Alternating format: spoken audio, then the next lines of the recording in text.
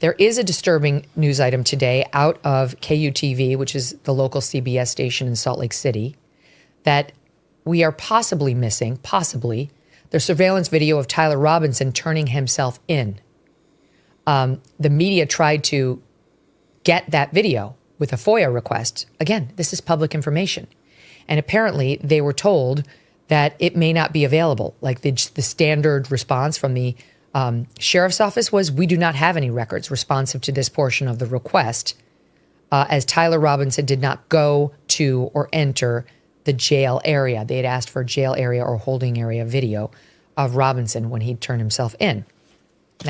There's just too many coincidences when it comes to the Charlie Kirk investigation. Trying to put things together, and every time we come up with another question, we're coming up with another roadblock of why it cannot be answered. Public information, they don't have video proof of Tyler Robinson getting booked in, is complete BS. Now, I believe, and I've said this in other videos, but I want to make it clear that I believe a lot of things to look into in the Charlie Kirk investigation is not just Israel, which is a big one, but Tyler Robinson himself, if he's a patsy, because I'm assuming he didn't do this alone. I just do not believe that he did it alone. I believe Utah University may be involved, the sheriff's department, local police department. I don't think all of the police department though. But just because there's certain things that have been said about the police officers that have been reporting certain information to help disclose the truth. And I'm talking about Candace Owens. You know, officers that are messaging Candace Owens, letting her know certain information that happened that day where they were involved.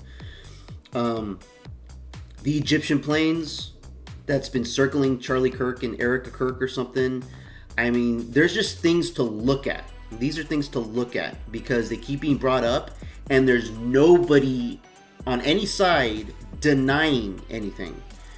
So when nobody's denying something, we have to go as, okay, we need to keep looking into it. We need to keep looking.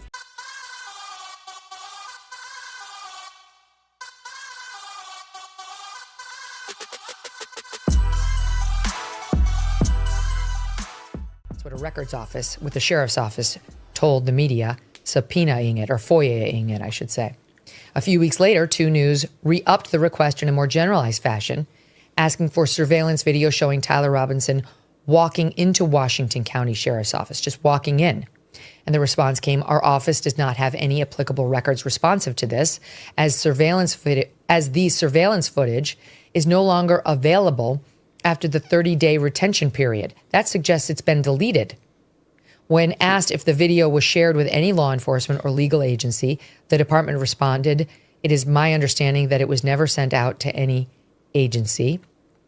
And that certainly makes it sound like they deleted this file if it ever existed.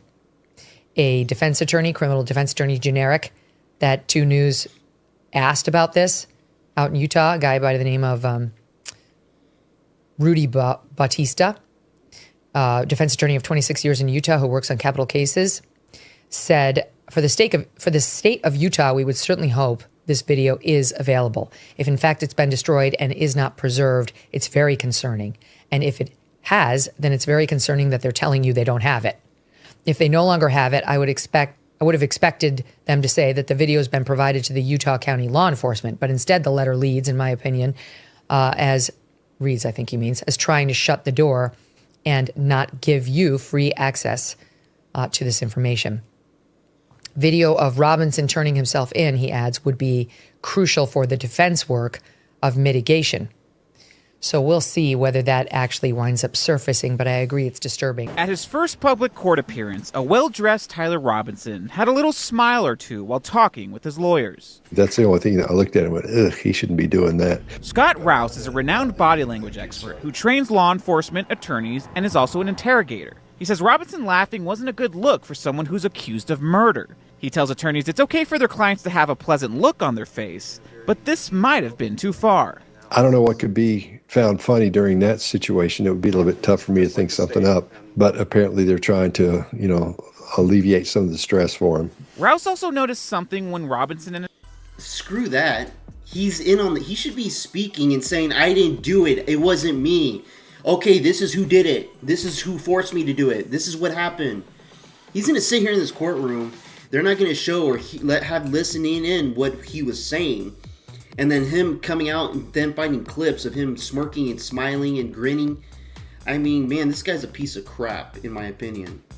A lot of people out there may disagree. They may agree, but I mean, I think when you're in this position where you've been accused of murdering somebody, you know, live, where millions of people have seen the video clips, I think you shouldn't be freaking smirking about it.